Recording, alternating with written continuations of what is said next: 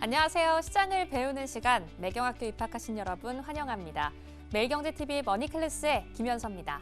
안녕하세요. 여러분의 머니멘토 머니클래스의 김기은입니다. 단순한 뉴스, 그 너머 돈이 흐르는 원리, 시장이 움직이는 배경, 그리고 내 자산을 키워가는 지혜를 함께 나눕니다. 투자 어렵다고만 느껴지셨나요? 머니클래스와 함께라면 다릅니다. 네, 실전 투자에 꼭 필요한 지식부터 인사이트 쉽게 공부해 보겠습니다. 기은 씨, 오늘 1교시에는 어떤 수업이 좀 준비가 돼 있죠? 네, 오늘 1교시에서는요. 매일경제TV 주머니 송률 매니저의 조선, 미국이 못하는 걸 우리가 잘할 때 수업이 준비돼 있습니다. 이어지는 2교시에서는 머클 2교시 미니 특집 김이박의 크리스마스 종목 선물 그 마지막 시간이 기다리고 있습니다. 이지스탁의 이지은 대표와 함께 공부해 보겠습니다. 여러분의 돈 공부 파트너 머니클래스와 투자부터 주식, 부동산, 또 금리까지 매일 쏟아지는 정보 속에서 진짜 나에게 필요한 건 무엇인지 헷갈림은 줄이고 또 실력은 높이는 시간. 기초부터 탄탄하게 실전까지 똑똑하게 차근차근 한 걸음씩 공부하는 머니클래스. 지금 바로 시작합니다.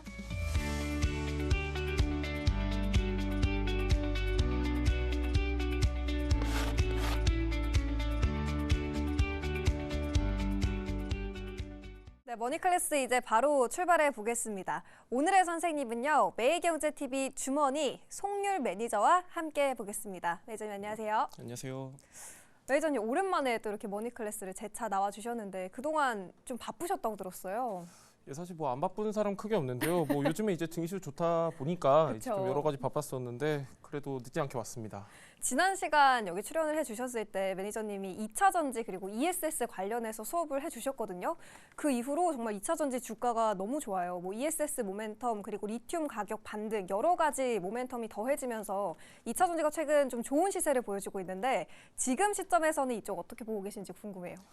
일단 상대적으로 저평가 매력 있는 종목들은 아직도 분할 매수 관점이 유효할 것 같은데요. 네. 근데 이제 최근에 많이 차익 매물이 나오고 있습니다. 그래서 사실상 큰 비중은 들어가기 어렵고 만약에 내가 갖고 있다 하신 분들은 차익 매물을 차익 실현하시는 게 좋을 것 같고요. 아직 내가 갖고 있지 않다 하신 분들은 굳이 지금 시점에서 큰 비중 접근하지 말고요. 약간 눌림목 구간에서 다시 진입하시면 좋을 것 같습니다. 2차 전지 전반적으로 봤을 때 좀 눌렸을 때 다시 진입해보는 게 안전하다라고 전략을 주셨고요. 그때 LG 에너지 솔루션 되게 좋게 말씀해 주셨는데 여전히 좋게 보세요? 뭐 LG엔솔 같은 경우도 지금 52만 원까지 왔거든요. 네. 왔다가 지금 조정을 받고 있는 구간인데 LG엔솔 나쁠 게 없습니다. 일단 수주 잔고가 400조 원이다라고 말씀을 드렸었는데 지금 최근에 ESS 모멘텀도 부각이 되고 있습니다. 그리고 거기서 끝나는 게 아니라 ESS 같은 경우는 이제 막 본격적으로 시장이 개화되고 있기 때문에 그 중심에 LG엔솔이 있다 참고하시면 좋을 것 같고요. 전체적인 흐름에서 보면은 지금 허리 정도까지 와 있다라고 보시면 좋을 것 같은데요. 갖고 계신 분들은 어느 정도 비중을 축소하시고 지금 시점에서 굳이 들어가시기보다는 가장 중요한 가격대가 40만 원대거든요. 40만 원대 언더에서는 한번 분할 매수 관점으로 체크하시면 좋을 것 같습니다. 네, 40만 원대 여부를 꼭 지켜보시면 좋을 것 같고요. 보유하고 계신 분들은 좀 비중을 축소해보자. 신규 진입, 지금은 조금 무리가 있다라고 전략을 주셨습니다. 2차 전지 그때 말씀해 주셨던 종목들이 또 워낙에 잘 가고 요즘 이 섹터도 잘 가기 때문에 오늘은 어떤 주제로 수업을 해주실지 좀 기대가 되거든요. 어느 쪽 가져오셨어요? 예, 오늘은 아무도 안 쳐다보는 조선인데요. 예, 조선 뭐 지금 나쁜 자리는 아니기 때문에 네. 오늘 조선 한번 참고하시면 좋을 것 같습니다. 조선이 최근에 또 한미 이 팩트시트가 공개가 됐는데도 주가는 좀 부진한 흐름을 전반적으로 보이고 있어요. 조선 관련해서 전반적으로 오늘 전략, 매니저님의 전략 어떻게 보고 계실지 궁금한데 조선 업종에 대해서 저희가 좀 정리해 볼 수 있는 기대 요인들은 뭐가 있을까요? 일단 가장 중요한 건 업황이 개선이 되고 있고요. 최근에 수주는 전체적으로 감소하긴 했지만 그래도 나름대로 우리 기업들은 수주 성과를 이어가고 있는 상황입니다. 그렇죠. 여기서 끝나는 게 아니라 LNGC 아직 모멘텀 살아있는 상황이고 방산 같은 경우도 다시 한번 짚어봐야 되는 게 미국 관련해가지고 해군 함정 이슈 계속해서 나오고 있는 상황이기 때문에 방산 이슈까지 같이 참고하시면 좋을 것 같습니다. 조선과 방산 이슈까지 함께 참고를 해보자라고 주셨고요. 조선 3사 LNGC 관련해서 여쭤보려고 하는데 이 액화 천연가스 운반선 수주 성과는 좀 어떻게 나타나고 있나요? 일단 액화 천연가스 같은 경우는 일단 수주량 자체만 보면은 감소한 건 맞습니다. 감소를 했지만 우리 기업들이 사실상 거의 그냥 싹쓸이 했습니다. 싹쓸이 했고 지금 중국 같은 경우는 저가 선박 중심으로 아직까지 수주를 이어가고 있는 상황인데 이 수익성을 보셔야 돼요. 수익성 수익성 면에서는 LNGC 따라올 만한 게 없고 그 분야에서는 우리나라가 독보적인 지위를 갖고 있는 상황인데 일단 뭐 여러분들이 전체적으로 보셔야 될 거는 수주 목표를 어느 정도 달성을 했냐 이걸 좀 체크를 하셔야 되거든요. 자, 지금 여러분들이 지금 보고 계신 게 이제 LNGC 수주 관련 내용인데 네. 올해 지금 전 세계적으로 발주가 나온 LNG선 같은 경우는 20척이 나왔습니다. 근데 여기 보시면 아시겠지만은 20척을 전부 다 수주한 게 우리 기업들이에요. 우리 기업들이고 여러분들이 한 가지 체크하셔야 되는 게 이 성과를 좀 체크를 하셔야 되거든요. 이 성과가 굉장히 중요합니다.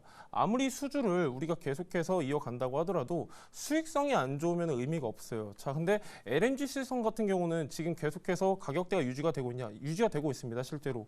뭐 예를 들면 한 척당 지금 3,800억대를 유지하고 있는데 굉장히 고부가치 선박이에요. 보통 예를 들면 컨테이너선 같은 경우는 한 척당 1,000억대 정도 합니다.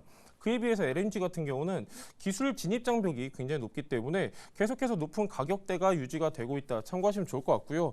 자, 여러분들이 한 가지 아셔야 될 게 뭐냐면은 지금 이제 환율이 계속 올라가고 있습니다. 네. 그 수혜 업종 중에 하나 바로 조선이에요, 사실. 자, 왜 그러냐면은 자, 여기 평균 성과 보시면요. 지금 평균 가격이 2억 5천만 달러 이하입니다. 그럼에도 불구하고 우리 기업들 같은 경우는 2억 5천만 달러 이상에서 지금 이제 수주를 이어가고 있는 상황이기 때문에 수익성이 굉장히 좋다. 참고하시면 좋을 것 같고요. 자, 고환율 수혜가 왜 기대가 되냐면요. 자, 가장 중요한 거는 이 조선 선박 중에서 전체 조선에 있어서 20% 정도 차지하고 있는 게 바로 후판 가격입니다.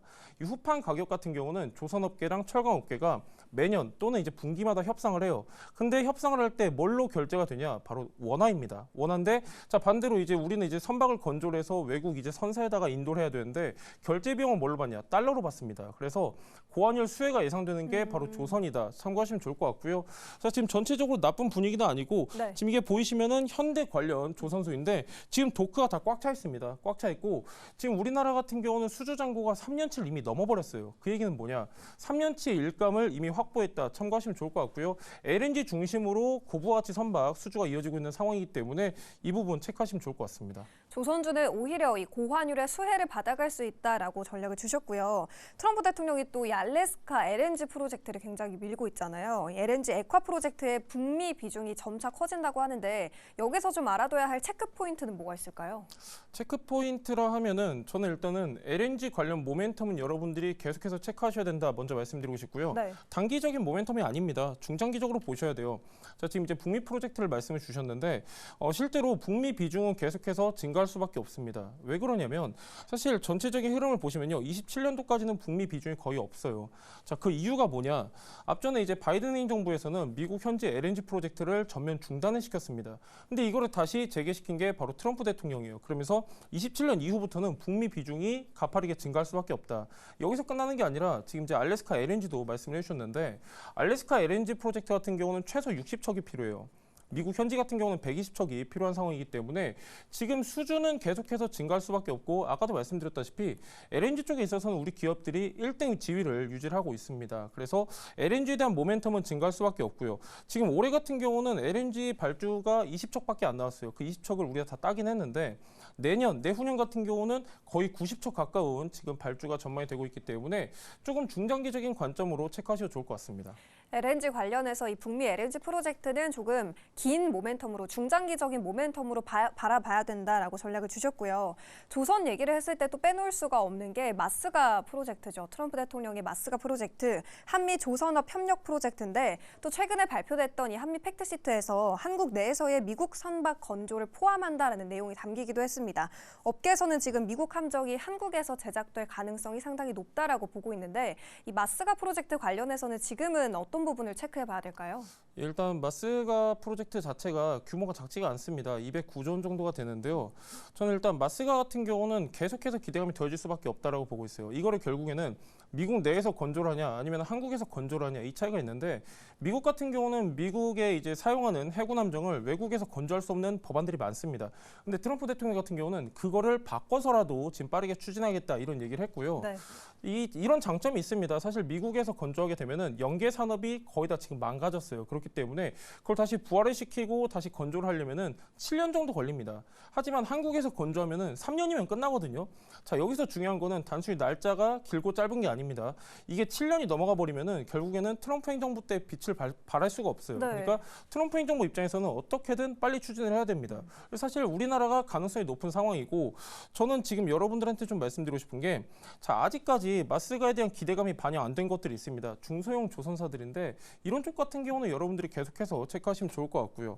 뭐 예를 들면은 뭐 HJ중공업도 최근에 기대감이 더해지고 있고 뭐 K조선도 나쁘지 않은데 그 외에 뭐 대한조선이라든지 한라 IMS 이런 이제 조선 기자재 쪽들도 여러분들이 계속해서 체크하시면 좋을 것 같습니다.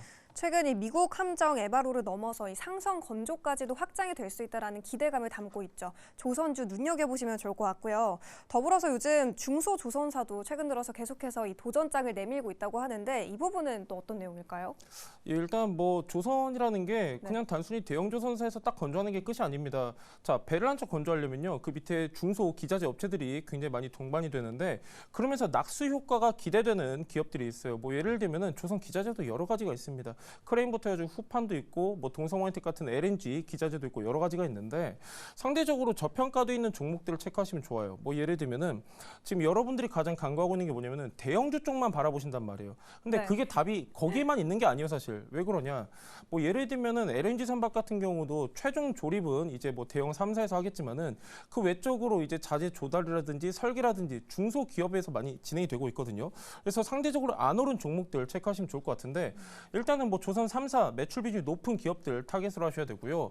아직까지 마스가에 대한 기대감이 반영 안 된 것들이 있어요. 아까 이제 K조선도 말씀드렸고 한라 IMS 말씀드렸는데 그런 것들은 이제 눌림목 구간에서 계속 체크하시면 좋을 것 같고요. 가장 중요한 건 뭐냐면 환율에 대한 수혜도 여러분들한테 말씀드렸는데요. 보통 이제 고환율 수혜라고 하면은 자동차 부품 그다음에 조선입니다. 그래서 약간 해외 매출 비중 높은 종목들도 체크하시면 좋을 것 같고요. 뭐 지금 내가 조선주 없다 하신 분들은 시가총액 3천억 밑에 종목들을 체크하시면 좋을 것 같습니다. 최근 증권사 리포트들 보니까 기자재 안에서도 엔진 쪽을 좋게 보는 증권사가 상당히 많이 있더라고요. 메이저님도 엔진 쪽을 좋게 보세요?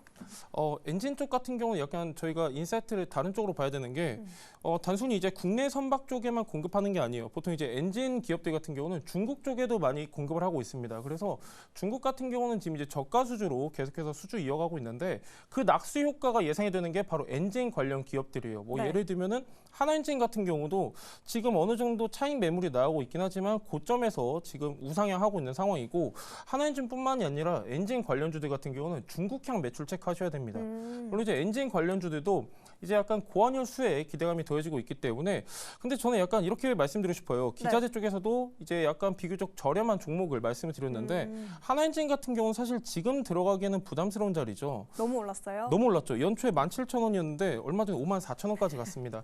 조금 부담스러우니까 저렴한 것들 체크하시면 좋을 것 같습니다.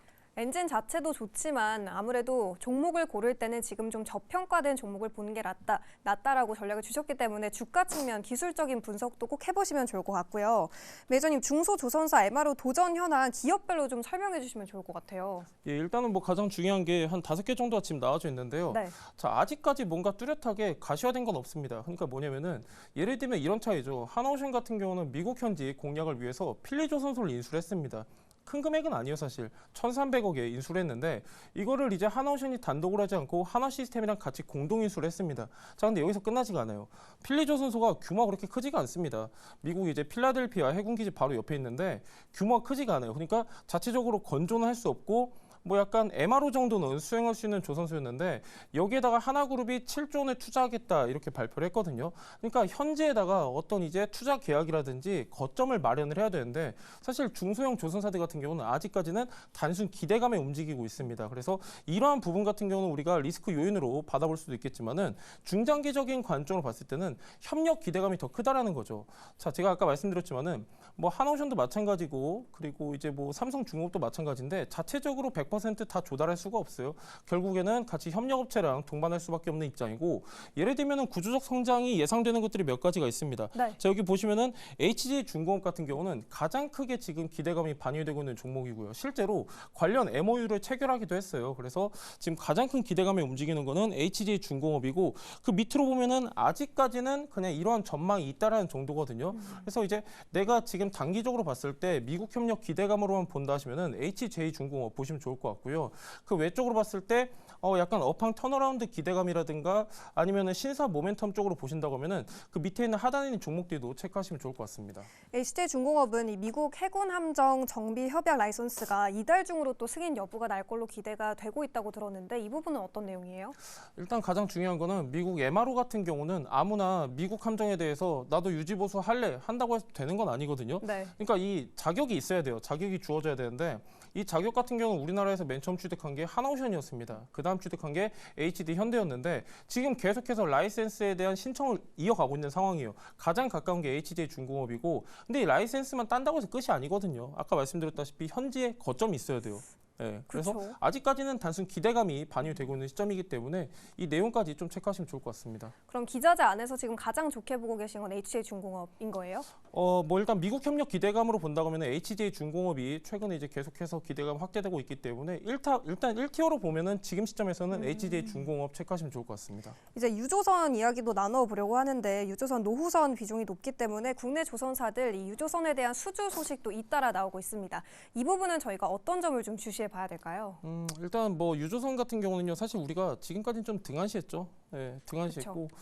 뭐 사실 크게 관심 없었던 건 사실이잖아요. 사실인데 뭐 지금은 약간 우리가 관점을 달리 봐야 됩니다. 자, 왜 그러냐면은 이 얘기를 드리려면 수요를 먼저 체크 드려야 돼요. 일단은 이 물동량이 증가를 해야 됩니다. 증가해야지 운임 자체가 올라가고 운임이 올라가니까 글로벌 선사 입장에서는 추가적인 선박을 확보하려고 합니다. 그러면서 자연스럽게 수주가 이어지는 이러한 형태를 띠고 있는데 자, 그럼 이제 유조선 업황은 지금 어떤 상황이냐? 자, 여러분들도 아시겠지만은 저기 중동 쪽 보시면은 네. 오펙 플러스라고 있습니다. 산유국들이 이제 모여 있는 협의회인데 얘들이 이제 감산을 완화했어요. 완화하면서 지금 이제 계속해서 운반 수요는 증가하고 있는 상황인데 배가 그렇지 못합니다. 배가. 예. 자, 여기 보시면은 중요한 내용이 있어요. 크게 한 3가지 급으로 지금 분류가 되어 있는데 자, VLCC 같은 경우는 뭐냐? 초대형 원유 운반선인데 보통 이제 20만에서 30만 톤 이상 되는 급을 VLCC라고 하고요. 그다음에 이제 아프라막스 같은 경우는 9만 5천 톤급 정도를 우리가 표현하곤 하는데 수에즈막스가 중요합니다. 이 수에즈막스 같은 경우는 한 15만 톤급을 우리가 이제 수에즈막스급이라고 표현을 하는데 네. 자, 수에즈막스, 수에즈 운하를 통과할 수 있는 최대 선박이 바로 수에즈막스거든요. 자, VLCC가 가장 큰 건 맞는데 VLCC 같은 경우는 대형 항구가 있어야지 접근을 할 수 있기 때문에 사실상 그렇게 기동성이 좋지가 않아요. 자, 그러면은 가장 가성비라든가 효율이 좋은 건 뭐냐? 바로 수에즈막스인데 이 수에즈막스 같은 경우도 지금 노후 비율이 엄청납니다. 지금 평균적으로 40%가 다 넘었어요. 자, 여기서 노후 선박이라고 하면은 그냥 뭐 10년, 15년이 아닙니다. 그러니까 20년 이상 된 고물들. 예. 그래요? 고물들. 자, 그럼 이런 선박들은 어떻게 되냐? 약간 이란이라든가 이런 이제 암흑선단으로 몰래 이제 팔아가지고 그 친구들이 쓰는 그런 선박이거든요. 네. 이게 지금 전 세계의 40% 이상 차지하고 있습니다. 노후 선박들이. 근데 계속해서 폐선을 해야 돼요. 해야 되는 상황이고 교체 수요가 나와줘야 되는데 자, 이 수에즈막스가 싸냐 비싸냐? 굉장히 비쌉니다. 굉장히 비싸고 지금 유조선 업황이 나쁘지가 않아요. 자, 왜 그러냐면은 이 유조선 운임을 좀 체크를 하셔야 되는데요. 아까 제가 오펙 플러스를 말씀드렸잖아요. 네. 감산이 완화되면서 이제 수요가 증가하게 됩니다. 그러면서 운임이 증가를 해요. 운임이 얼마나 증가했냐? 지금 11월인데 5개월 전에 비해서 거의 한 3배 가까이 올랐어요, 운임이. 그러니까 그 얘기는 뭐냐? 계속해서 수주에 대한 기대감이 반영이 될 수밖에 없거든요. 그래서 유조선 같은 경우도 체크하시면 좋을 것 같고 이 유조선에 제가 좀 말씀드리고 싶은 게 수에즈막스급을 여러분들이 주목하셔야 된다 말씀드렸거든요. 지금 전 세계에 돌아다니는 게 690척 정도가 돼요. 근데 2028년도 가면은 27%가 노후 선박입니다. 그러니까 결국에는 교체 수요가 계속 나올 수밖에 없는 상황이다. 그래서 유조선 관련주들도 체크하시면 좋을 것 같고요. LNG에 대한 내용은 제가 계속 말씀드렸는데 상대적으로 안 오른 종목들 분명히 있고 그 중심에서 유조선 체크하시면 좋을 것 같습니다. 그러면 유조선 관련해서 수혜를 받아갈 수 있는 종목군은 어딜지 궁금한데 조선주 전반적으로 수혜를 다 받을 수 있는 거예요? 일단 유조선 같은 경우는 사실 우리나라 대형 조선 3사 같은 경우는 그렇게 매출 비중이 크지가 않아요, 사실. 포트폴리오 보시면은 가장 크게 차지하고 있는 게 바로 LNG선이거든요. 근데 이제 최근에 수주가 좀 이어지고 있어요. 전체적으로 보시면은 하나오션도 지금 유조선 4척을 네. 수주했다 이런 내용도 나오고 있고 HD 한국조선해양도 수주를 했다. 그러니까 수주는 계속 이어지고 있는 상황입니다. 그렇네요. 그렇죠? 그런다고 해서 뭐 하나오션이라든지 HD 현대라든지 삼성중공업 주가가 오르진 않습니다. 왜 그러냐면은 수익성 측면이라든가 메인 포트폴리오 보시면은 바로 LNG 쪽에 집중이 되어 있기 때문인데 그러면은 거꾸로 생각을 하시면 됩니다. 유조선 매출 비중이 큰 중소형주를 찾으시면 돼요. 이런 기업들이 몇 개가 있는데 이런 기업들 같은 경우는 지금 업황이 개선되고 있기 때문에 저점에서 여러분들이 체크하시면 좋을 것 같습니다. 그러면 이제 그 안에서 매니저님이 가장 지금 유망하게 보고 있는 종목 들어봐야겠죠. 오늘 조선주 안에서 지금 여러 기업들을 말씀해 주셨는데 이 안에서 가장 집중해봐야 될 종목 한 가지 꼽으라면 어디를 봐야 될까요? 한 가지 꼽으라고 하면 저는 대한조선을 좀 말씀드리고 싶은데요. 대한조선이요? 네네. 대한조선이 사실 기대치가 없던 종목 중에 하나였죠. 지금 이제 최근까지도 조정을 받고 있는 상황인데 네. 뭐 대한조선이라고 하면 이름에 이미 나와 있어요. 예, 조선 관련 업을 하고 있는데 대한조선이 이제 신규 상장주인데요. 뭐 이제 최근에 저는 이제 긍정적으로 보고 있는 게 뭐냐면은 어느 정도 기술적으로 반등이 나오는 시점이다. 일단 첫 번째 좀 말씀드리고 싶고요. 혹시 대한조선이 뭐 하는 기업인지 아시나요? 대한조선 조선주잖아요. 그렇죠. 조선주인데 당황스럽죠. 일단 대한조선 조선주인데 가장 중요한 네. 거는 유조선 모멘텀이 있다. 아, 유조선. 예예. 이 친구는 이제 신규 상장을 하고 11만 6천 원까지 갔다가 최근에 5만 7천 원까지 빠졌어요. 이유가 뭐냐? 그렇게 좋은데 빠진 이유가 있습니다. LNG 모멘텀이 없어요. 그리고 가장 중요한 방산 모멘텀이 없습니다. 오로지 유조선만 파는 친구예요. 진짜 한우물만 아, 공략하는데. 유조선만 하는 거예요? 그렇죠. 뭐 전체 매출 비중의 80%를 차지하고 있는 게 이제 유조선인데 두 가지로 또 나눌 수가 있어요. 원유 그리고 정유 이렇게 나눌 수 있는데 한 45%, 35% 비중으로 나눠져 있고요. 얘는 일단 나쁘지가 않습니다. 제가 아까 말씀드렸다시피 교체 수요 증가에 따른 수혜가 예상되는 게 대한조선이다. 참고하시면 좋을 것 같고요. 뭐 대한조선 같은 경우는 지금 시점이 저는 바닥이라고 말씀드리고 싶은 게 오늘 이제 녹화일 기준으로 주가가 6만 3천 원이거든요. 근데 얘 같은 경우는 공모가가 5만 원이었어요. 지금 고점 대비 거의 절반까지 내려왔었고 그러니까요. 상장 이후에 이제 국내 증시 뜨거운 맛을 봤거든요, 지금. 네. 예, 봤기 때문에 이제 막 반등이 나올 수 있는 타이밍이다. 참고하시면 좋을 것 같습니다. 그러니까 대한조선이 지금 상장 이후로 전반적으로 우하향하고 있어서 근데 대한조선이 이렇게 갑자기 추세를 돌릴 만한 모멘텀을 뭘 기대해 볼 수 있는 거예요? 일단 제가 아까 말씀드렸다시피 지금 계속해서 수주가 쌓이고 있는 시점이고요. 자, 지금 녹화일 기준으로 했을 때 아직 연말까지 한 달 더 남았습니다. 더 네. 남았음에도 불구하고 이미 수주 목표를 달성을 했어요. 달성을 했고 오. 그냥 채운 게 아니에요. 그냥 수주 목표를 20%를 초과를 했습니다. 초과했고 아까 말씀드렸다시피 고환율 수혜가 예상되는 게 바로 조선 쪽이다 말씀드렸는데 유조선 이제 최근에 수주 공시를 보시면요. 거의 다 해외 선사 쪽에서 지금 수주를 따냈습니다. 그래서 고환율 수혜가 가장 크게 기대가 될 수 있고 무엇보다도 주가가 저점입니다. 저점이고 지금 이제 주가 대비했을 때 저는 저평가 상태라고 좀 말씀을 드리고 싶고요. 자, 가장 중요한 거는 친환경 선박에 대한 모멘텀도 있습니다. 뭐 단순히 이제 친환경에 대한 기대감뿐만이 아니라 실제로 모멘텀을 가지고 있는 게 뭐 예를 들면은 뭐 이중연료 추진 선박 건조 기술을 가장 많이 갖고 있기도 하고 탄소 포집 기술에 대한 차세대 투자도 이어가고 있는 만큼 약간 친환경 선박에 대한 모멘텀도 더해질 수 네. 있다. 여러분들이 그냥 저평가 매력으로 보시면은 저는 대한조선 좀 말씀드리고 싶고요. 실적도 나쁘지가 않습니다. 지금 이제 한 3년 연속 계속해서 외형 성장 이어오고 있는 상황이고 영업이익도 나쁘지 않습니다. 그러니까 내가 조선 안 갖고 계시다 하시면은 대한조선 체크하시면 좋은데요. 영업이익률도 22%예요. 사실 조선 영업이익률 그렇게 높지 않습니다. 공정 내재화를 통해서 영업이익률이 높다. 참고하시면 좋을 것 같습니다. 대한조선이 올해 또 다시 최대 매출을 기록할 걸로 전망이 되고 있죠. 지금 저평가 매력이 부각이 되고 있기 때문에 조선주 포트에 안 담고 계신 분들은 대한조선 주시해 보시면 좋을 것 같습니다. 매니저님 지난 시간 2차 전지 그리고 오늘 이렇게 조선주에 관해서 또 세세하게 수업을 해주셨는데 매니저님의 인사이트 더 많이 듣고 싶으신 분들은 어디로 가면 될까요?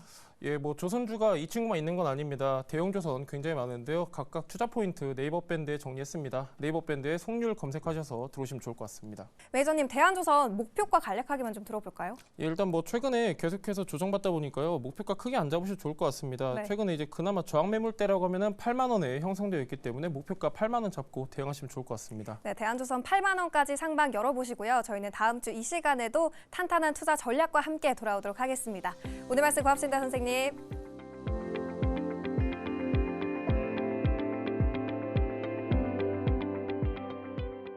네, 2교시 수업 바로 이어가 보도록 하겠습니다. 머니클래스 2교시 수업은 지금까지 오늘을 포함해서 3주 동안 좀 특별한 미니 특집을 이어가고 있는데요. 김, 이, 박 매니저가 선사하는 따뜻한 크리스마스를 위한 미니 특집을 진행하고 있습니다.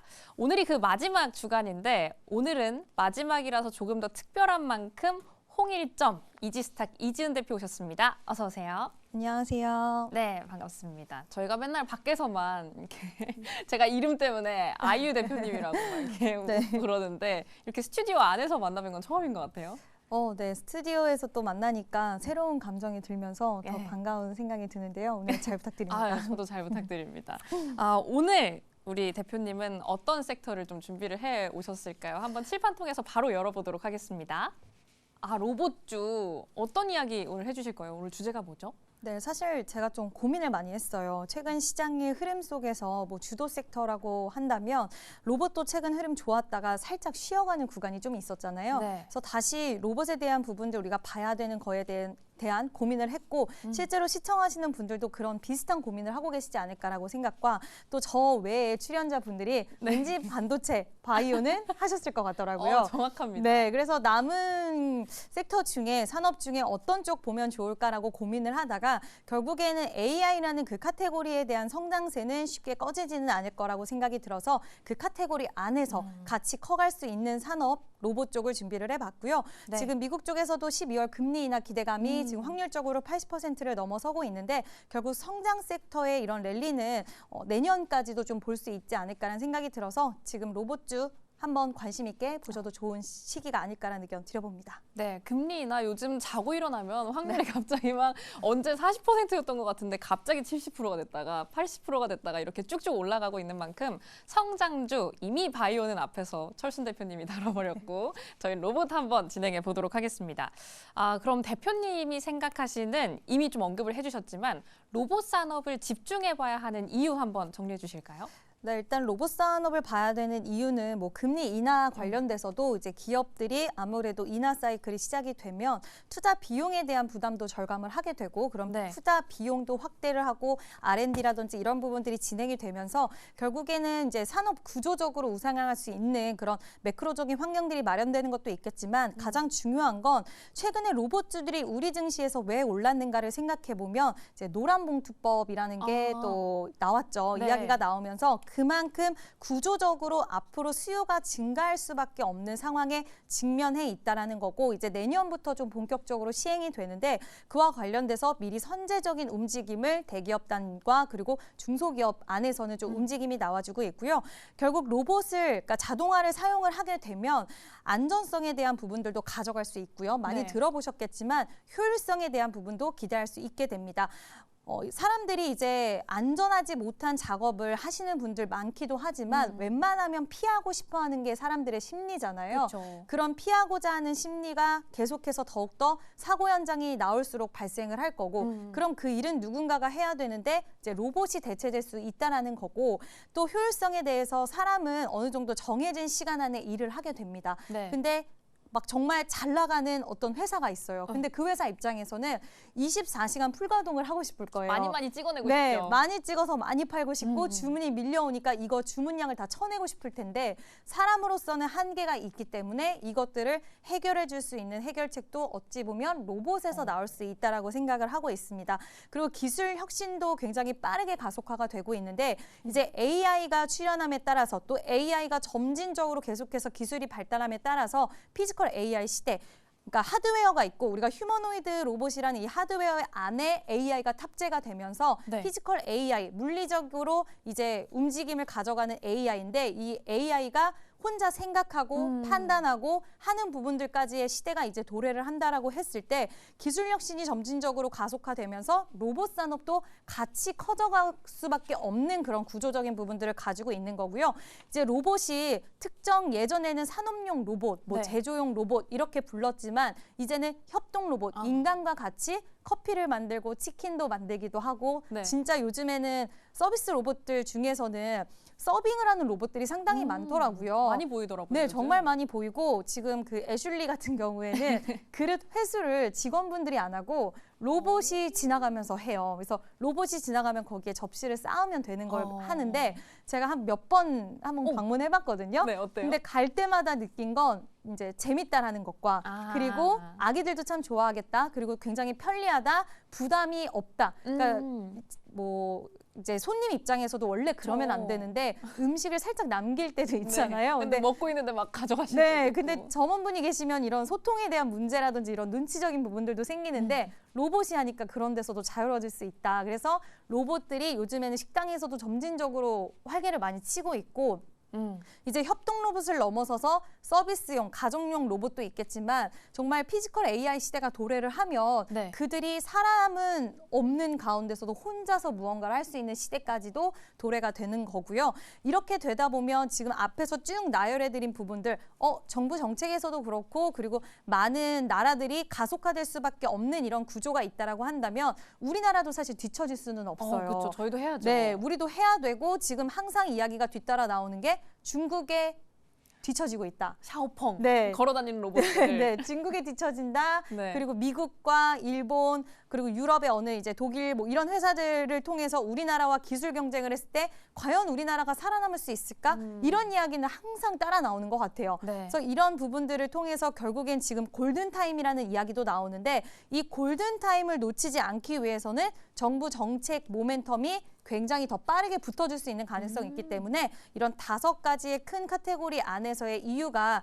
로봇 산업을 우리가 봐야 되는 이유라고 정리할 수 있을 것 같습니다. 정말 언급해 주신 대로 국내 모멘텀도 참 활발하게 일어나고 있고 국외 쪽으로도 분위기가 정말 좋아요. 그만큼 글로벌적인 시장 흐름은 어떻게 좀 흘러가고 있고 어느 정도로 전망치가 나오고 있는지도 궁금합니다. 글로벌 로봇 시장 전망은 지금 어떻게 나오고 있어요? 네, 글로벌 로봇 시장 전망치를 보면 일단 숫자로 보면 네. 2023년은 24억 3천만 달러였어요. 근데 2032년 기준으로 했을 때는 무려 660억 달러 시장의 규모가 형성이 되는 거고 사실 연평균 성장률 45%라고 한다면 이거는 엄청난 성과이기도 한데 네. 우리가 이런 수치적인 것보다 사실 빅테크 CEO들 입에서 어떤 이야기 나오는지 더 주목을 많이 하잖아요. 그렇죠. 네. 근데 젠슨항 CEO가 이제 CES 2025에서 피지컬 AI 시대의 개막 선언을 하면서 무슨 이야기를 했냐면 아까 피지컬 AI에 대해서 제가 앞전에 조금 설명을 드렸는데 결국 AI가 이제 개발이 잘 되고 또 휴머노이드 로봇이 개발 하드웨어, 소프트웨어가 다 잘 돼서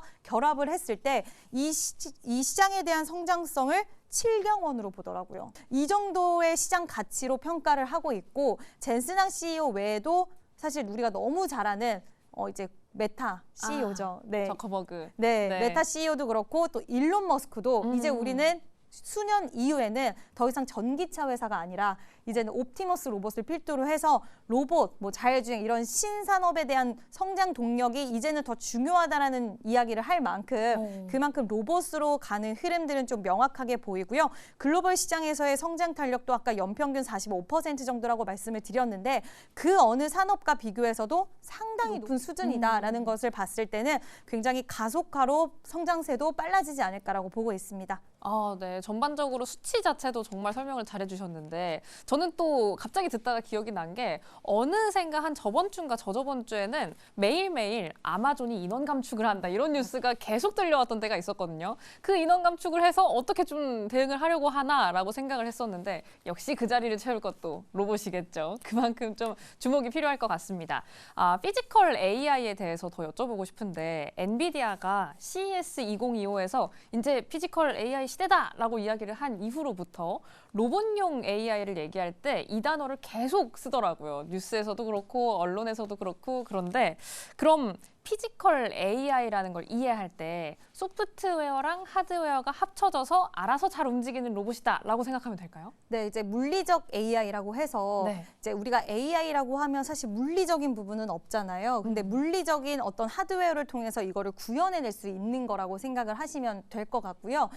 사실 이렇게 엔비디아 CEO가 이런 발언들을 이야기하는 데는 본인들 사업을 성공시키기 위한 전략이 있기는 합니다. 네. 이제 그 플랫폼 로봇 관련돼서 이제 생태계를 더 확장해 나가기 위한 플랫폼에 대한 세일즈도 없지 않아 있겠지만 네. 결국에는 이런 흐름들이 지금 엔비디아 CEO만 생각하고 있는 흐름이 아니라 이 피지컬 AI라는 것은 자율주행에도 접목할 수 있는 거고요. 로봇에도 접목할 수 있는 거기 때문에 이 시장성 자체는 굉장히 좀 크게 우리가 볼 수 있다라고 생각을 합니다. 그럼 이렇게 글로벌 흐름 파악해봤는데 앞서 언급을 해주셨던 노란봉투법, 노봉법을 포함해서 국내 모멘텀도 한번 여쭤보고 싶어요. 우리 정부가 또 로봇 산업 육성 정책을 펼친다라고 하는데 구체적으로 어떤 내용이 담겨 있는지도 궁금합니다. 네, 굉장히 좀 강하게 드라이브를 최근에 거는 모습을 보여지고 있는데 우리나라는 통상 제조업 기반의 산업들을 많이 영위를 하고 있다 보니까 네. 그 어느 나라보다도 로봇 산업의 성장이 절실한 그런 상황입니다. 근데 이제 계속 시간이 좀 뒤처졌죠. 다른 나라들에 비해서. 네. 아시다시피 중국 같은 경우에는 어떤 산업을 타겟을 잡으면 막대한 자금과 인력과 시간을 투자해서 정말 단시간에 그 산업 자체를 끌어올려주는 흐름들이 있는데 네. 우리나라는 필요한 것은 알고 있지만 그래도 계속 좀 늦춰지는 그리고 규제나 이런 부분들이 너무나 많아서 로봇을 잘 만들어도 이게 세상 밖으로 나오기 좀 힘든 그런 부분들도 있었습니다. 네. 근데 이제 좀 많이 변화가 되기 시작을 했고 2024년 1월 달에는 제4차 지능형 로봇 기본 계획을 밝혔는데요.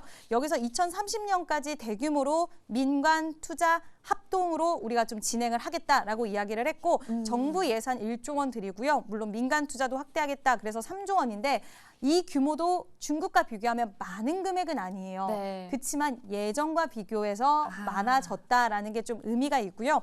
국내 지능형 로봇 100만 대에 대한 보급 목표를 가지고 있고 저는 이런 이제 정책을 보면서 우리가 앞으로 여러 가지 중에서 어느 쪽으로 돈이 많이 투입되겠다라는 것도 읽을 수 있다라고 생각을 하는데 핵심 부품 국산화율 80% 달성을 목표로 갖고 있다라는 것과 그리고 기업들 세액 공제 추진을 한다라는 거고요. 또 많이들 들어보셨겠지만 올해 4월 달에는 K 휴머노이드 연합이 출범이 됐습니다.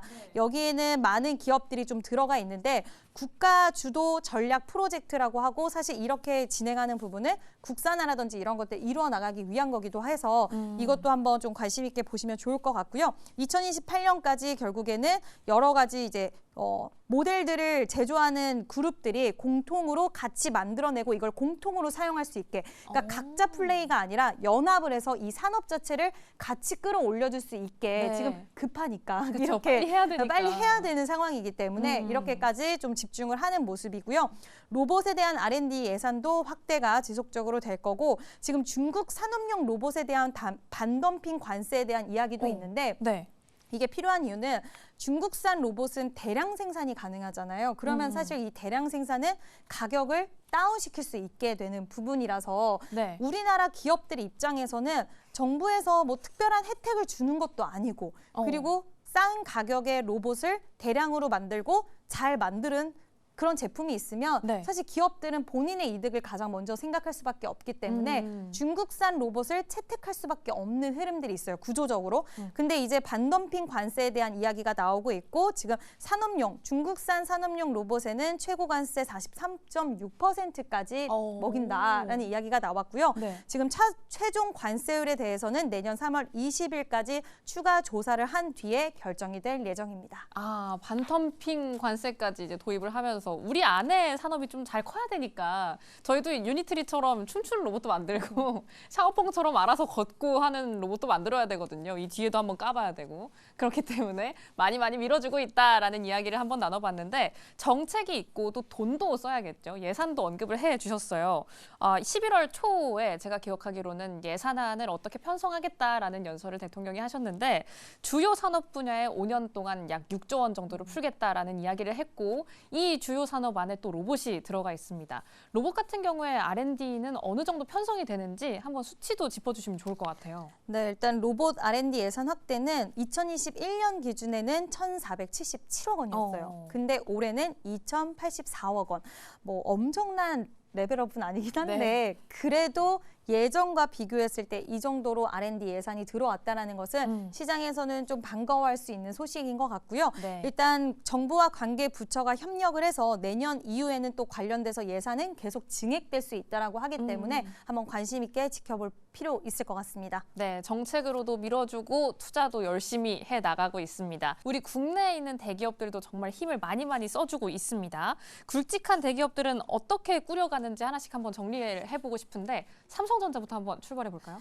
네, 일단 삼성전자는 다들 아시다시피 레인보우 로보틱스 최대 주주로 또 올라섰습니다. 그 네. 얘기는 그만큼 이제 휴머노이드 로봇 쪽으로는 우리가 1인자 그리고 가장 처음으로 발을 떼는 기업이 되고 싶다라는 생각을 하는 것 같은데요. 레인보우 로보틱스는 삼성전자 전에 이제 카이스트 교수님들이 이제 출범을 한 그런 회사이기도 한데 굉장히 기술력 쪽으로는 앞서 있었다라는 평가를 받습니다. 협동 로봇 쪽에서도 그랬지만 지금 그 휴머노이드 쪽으로서도 계속 가장 빠른 그런 모습을 보여주고 있기 때문에 시장에서는 삼성전자가 레인보우 로보틱스를 전략적으로 최대 주주로 올라섰다라는 이야기 나오고 있고요. 이뿐만 아니라 사실 대표이사 직속해서 미래 로봇 추진단을 신설하기도 했고 전체적으로 뭐 AI 소프트웨어 기술과 그리고 레인보우 로보틱스의 기술을 이렇게 협동으로 협력을 해서 더욱더 시너지 효과를 발휘하기 위한 그런 움직임은 적극적으로 나오고 있기 때문에 삼성전자는 LG전자가 제가 알기로는 우리나라 안에서는 가장 빠르게 처음에 로봇 사업을 시작을 했는데 속도적인 측면에서 보면 지금 현대차와 삼성전자가 오히려 더 좀 빨리 진행이 되고 있고 네. 특히 휴머노이드 쪽에서는 삼성전자가 가장 빠른 움직임을 보여주고 있다라고 정리할 수 있을 것 같습니다. 네, 이게 제가 작년 말쯤에 제가 들어가는 생방송에서 브리핑을 했었는데 그때 이 소식이 들려왔었거든요. 삼성전자가 레인보우 로보틱스 인수한댄다. 근데 그때는 우리 시장에서 로봇이 그렇게 각광을 받을 때는 아니었는데 저도 그때 준비하면서 이걸 왜 할까라고 생각을 했었어요. 근데 그만큼 좀 발빠르게 먼저 선점을 해둔 게 산업성에 대한 좀 탄탄함을 가져갈 수 있는 기반이 된 게 아닌가 싶습니다. 이어서 현대차도 바로 여쭤보고 싶어요. 삼성전자에 레인보우 로보틱스가 있다면 현대차는 또 든든한 뒷배 보스턴 다이내믹스가 있죠. 네, 일단 현대차 같은 경우에는 2021년에 소프트뱅크로부터 현대 그 보스턴 다이내믹스의 지분을 좀 확보를 하는 그런 움직임을 가지고 갔는데 네. 일단 이 회사는 현대차 같은 경우엔 이번에도 얼마 전에도 굉장히 대규모 투자를 단행하겠다라고 하면서 세부적인 그 내용 안에 로봇을 또 넣기도 했어요. 근데 네. 이 회사 같은 경우엔 또 굉장히 로봇과 밀접한 관계가 있다라고 보고 있는 이유는 자동차 같은 경우에 지금 현대차 자동차 메타플랜트 공장 미국 쪽에 만든 부분이 있잖아요. 네. 여기도 로봇에 대한 도입이라던가 그리고 자동화에 대한 도입들을 빨리빨리 할 수 있는 그런 어떻게 보면 좀 이렇게 우호적인 그런 환경들을 가지고 있었다는 부분과 고객사들과 협력사들 같은 경우에도 지금 현대차 같은 경우에는 자동차 부품사들을 협력사로 고객사로 많이 갖고 있잖아요. 네. 근데 이제 협력하는 관계 속에서 우리가 로봇 관련주들 잘 보시면 자동차 부품 관련주랑 엮이는 종목들도 많아요. 맞아요. 그만큼 기술적으로 좀 비슷한 부분들도 있어서 이런 것들이 앞으로 기술적으로 이렇게 필요한 부분들이 있을 때 빨리빨리 회사를 채택할 수 있는 그런 좀 이점도 있지 않을까라는 생각도 들고요. 현대차도 얼마 전에 그 가틀랜트인가 어디 프로그램에 네. 스팟이 한번 좀 나왔었어요. 그래서 그 로봇계가 나와서 공연을 한 적이 있었는데 이제 약간 한 로봇이 아쉬운 모습을 보여주긴 했지만 아이고, 네. 그래도 저도 춤을 되게 열심히 잘 추는 그런 모습을 보면서 좀 뿌듯하다라는 생각도 했었는데 이렇게 좀 성과적인 부분들이 이제 눈에 띄게 나타나기 시작을 했다. 그래서 현대차도 여러 가지 사업 계획을 밝힐 때 보면 항상 로봇에 대해 진심인 거를 좀 확인할 수 있는 기업이 아닐까라는 의견 드려봅니다. 네, 아무래도 또 보스턴 다이내믹스가 원래는 연구용 기업이었다 보니까 앞으로의 성장이 조금 더 기대가 되는 것 같습니다. 또 현대차 밸류체인, 현대 무벡스, 또 이름 비슷한 모비스 이런 종목들도 많이 꾸준히 각광을 받고 있다 보니까요. 마지막으로는 LG전자 앞서 언급을 해주셨는데 한번 정리하고 넘어갈까요? 네, LG전자는 최근에 엔비디아와 같이 범용 휴머노이드 추론 모델 기반으로 로봇 사업 확장한다라는 이야기가 나왔고 사실 엔비디아가 이제 삼성전자와 같이 협업해서 피지컬 AI 시대를 만든다라고 이야기를 했지만 네. LG도 매일 항상 엔비디아 이야기가 끊임없이 나왔던 쪽이기도 합니다. 다만 시장에서 이제 엔비디아와 협력 구도를 갖고 가는 부분들은 굉장히 좋은 긍정적인 부분이긴 하지만 LG전자가 로봇 사업에 가장 먼저 뛰어들었긴 했는데 보통 LG전자는 서비스용 로봇 쪽으로 많이 좀 특화가 되고 그쪽으로 집중을 했어요. 왜냐하면 로봇 사업이 처음에 나왔을 때, 이 세상 밖에 나왔을 때 청소 로봇이라던가 약간 로봇 쪽에서는 서비스용 로봇 시장을 가장 기대를 하는 부분들이 많았기 때문에 네. 지금 시장이 많이 지나서 AI 시대와의 이런 협력을 기대하지만 초반까지만 하더라도 사실 서비스용 로봇 시장에 대한 기대 심리가 좀 더 있었고 그냥 산업 현장에서 단순 작업을 하는 쪽에 관심이 많았기 때문에 네. 아마 LG전자가 사업 초기 출범할 때는 이쪽으로 집중을 했던 것 같습니다. 그래서 약간은 속도적인 측면이나 이미지적인 측면에서는 좀 느린 평가가 있기는 하지만 그래도 엔비디아와의 협업 관계를 계속해서 가져가고 있고 지금 K-팹리스들과 함께 협력을 해서 로봇용 AI 칩 제조할 수 있다라는 예정이다라는 이야기도 나왔는데 이것도 보니까 약간 그 서비스용 로봇 쪽 약간 집에서 사용할 수 있는 이런 것 같기는 하더라고요. 네. 근데 어쨌든 확장해 나갈 수 있는 거니까 이런 부분들이 결국 우호적인 환경을 마련해주고 있다라고 생각을 합니다. 네, LG전자 또 가전 정말 잘하다 보니까 이쪽으로 조금 더 생각이 미치는 것 같습니다. 아, 저희 너무 재밌게 이야기를 나눠가지고 시간이 얼마 안 남았어요. 그래서 빨리 종목을 만나봐야 하는데 그 전에 마무리 질문으로 한 가지 여쭤보고 가겠습니다. 이렇게 글로벌적인 흐름도 이야기를 나눠봤고 국내 모멘텀도 다뤄봤고 기업들은 어떻게 준비하고 있나도 알아봤는데 그럼 이 모든 게 좀 힘을 내주려면 우리나라 안에서 좀 필수적으로 해결해야 할 과제는 뭐가 있을까요?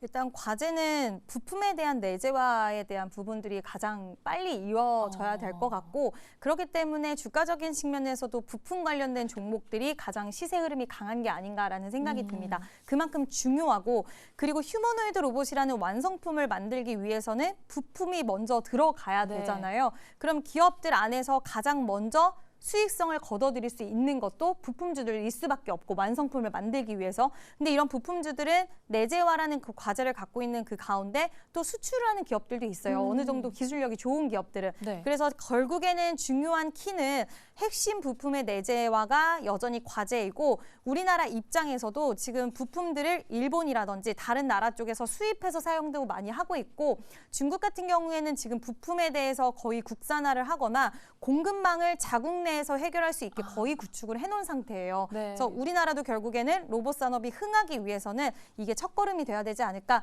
그래서 이게 큰 과제가 아닐까라는 생각이 듭니다. 네, 중국은 또 대기업들이 알아서 자기들 부품 만들고 이렇게 하잖아요. 그만큼 우리나라도 요 과제 빨리빨리 해결을 해서 쭉쭉 가졌으면 좋겠습니다. 아, 그럼 이 지켜보시는 분들이 가장 궁금해하실 시간이 다가온 것 같은데요. 종목은 뭐 보면 좋아요, 대표님? 제가 오늘 준비한 종목은 뭐 급하게 지금 당장 매수 타이밍이라기보다는 일단 액추에이터 관련돼서 좀 보셨으면 좋겠다라고 생각하는 그런 종목이고요. 오늘 또 사면이라는 기업이 좋은 소식을 들려줬더라고요. 네. 지금 휴머노이드 탑3 기업 안에 어떤 기업과 올해 말이나 내년 초에 관련돼서 액추에이터 수주가 나올 수 있다라는 이야기가 나왔어요. 그래서 오늘 사면이 급등하기도 했는데 네. 그 안에는 결국 액추에이터라는 키워드가 있다라는 것을 우리가 확인을 할 수 있는 대목이어서 지금 액추에이터 관련된 로보티즈와 그리고 하이젠 R&M 말씀을 드려봅니다. 일단 로보티즈는 LG전자가 지분을 크지는 않지만 6%대 좀 지분을 갖고 있는 기업이기도 하고요. 물론 고객사가 굉장히 좀 다양하고 다변화가 되어 있다라는 부분과 이 회사는 액추에이터 쪽으로 굉장히 안정적인 수익화를 확보를 하고 있는 가운데 지금 독자적으로 우리가 휴머노이드 로봇 뭐 이런 거 이야기할 때 이 손이 가장 중요하다라고 하잖아요. 네. 정교한 작업을 해야 되는 게 손이다 보니까. 근데 이 로봇 손에 대한 이야기들 상당히 많이 들어보셨을 것 같은데 로봇 손 HX5D20을 12월 말쯤에 공식적으로 좀 오픈한다, 공개한다라고 이야기를 했어요. 독자 개발이에요. 근데 이 개발을 하고 있는 로봇손이 이미 글로벌 빅테크들에게 선주문을 받았다라고 합니다. 그래서 이 부분이 공개가 됐을 때 기술력이 진짜 괜찮은데 라는 전제만 붙어준다라고 한다면 빅테크 기업들의 선주문 효과 이런 것들과 좀 시너지를 발휘할 수 있지 않을까라는 생각이 들어서 로보티즈 한번 말씀을 드리고요. 네. 근데 최근에 유상증자라는 그 이슈가 좀 있기는 했어요. 그게 일단 투자하시는 분들한테는 살짝 불편한 상황이 될 수도 있겠지만 네. 미래 성장 동력으로 봤을 때는 어쨌든 돈이 있어야지 공장도 증설을 하고 그쵸. 또 투자해서 기술을 개발하잖아요. 그래서 또 개발하고 있는 성장하고 있는 산업이기 때문에 이런 유상증자 신주 납입이 12월 1일인데 이 일정이 지나고 나서는 다시 또 12월 말에 로봇송 공개가 진짜 잘 된다라고 한다면 좋은 모습이 나올 수 있지 않을까라는 생각이 들어서 한번 말씀을 드리고요. 네. 로보티즈 지금 추세도 최근에 좀 하락이 나오다가 그래도 19만 원, 18만 원대 지지가 받으면서 다시 한번 20만 원대 안착을 해줬다라는 있다라는 부분이고 바닥과 비교하면 많이 올라온 상황이긴 하지만 기술력이나 이런 부분들 모멘텀은 살아있다라는 의견 드려봅니다. 네, 로보티즈 12월이 참 중요한 달이 될 것 같습니다. 함께 주목해 보시면 좋을 것 같고요. 그럼 추가로 한 종목 더 있잖아요. 하이젠 R&M은 어떤 모멘텀이 있나요? 네, 이 회사는 제가 이제 아까도 말씀을 드린 게 부품에 대한 내재화 중요하다라고 말씀드렸는데 네. 액추에이터 국산화에 대한 모멘텀을 가지고 있는 기업입니다. 물론 아직 기술적으로 봤을 때 완벽하기는 좀 어려울 수 있겠지만 산업용 모터라든지 서브 모터 그리고 로봇용 액추에이터 모듈까지 제품군을 계속해서 잘 확장해 나가고 있는 기업이기도 하고요.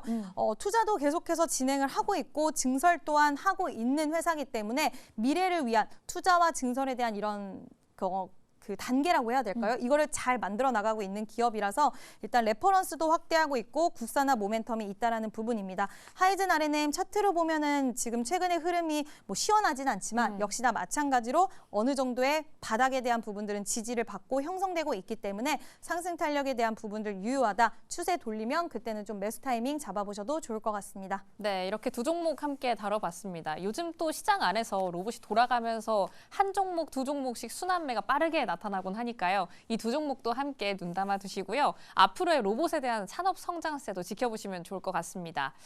이렇게 로봇 김이박의 마지막 스페셜 선물로는 로봇 섹터 한번 만나봤는데요. 정말 알차게 꽉꽉 채운 것 같아요. 또 마지막 마무리를 홍일점으로 나와서 마무리를 해주셔서 감사하다라는 말씀도 함께 전해드립니다.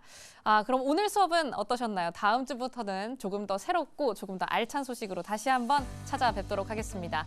오늘의 선생님은 여기서 보내드릴게요. 오늘 말씀 고맙습니다.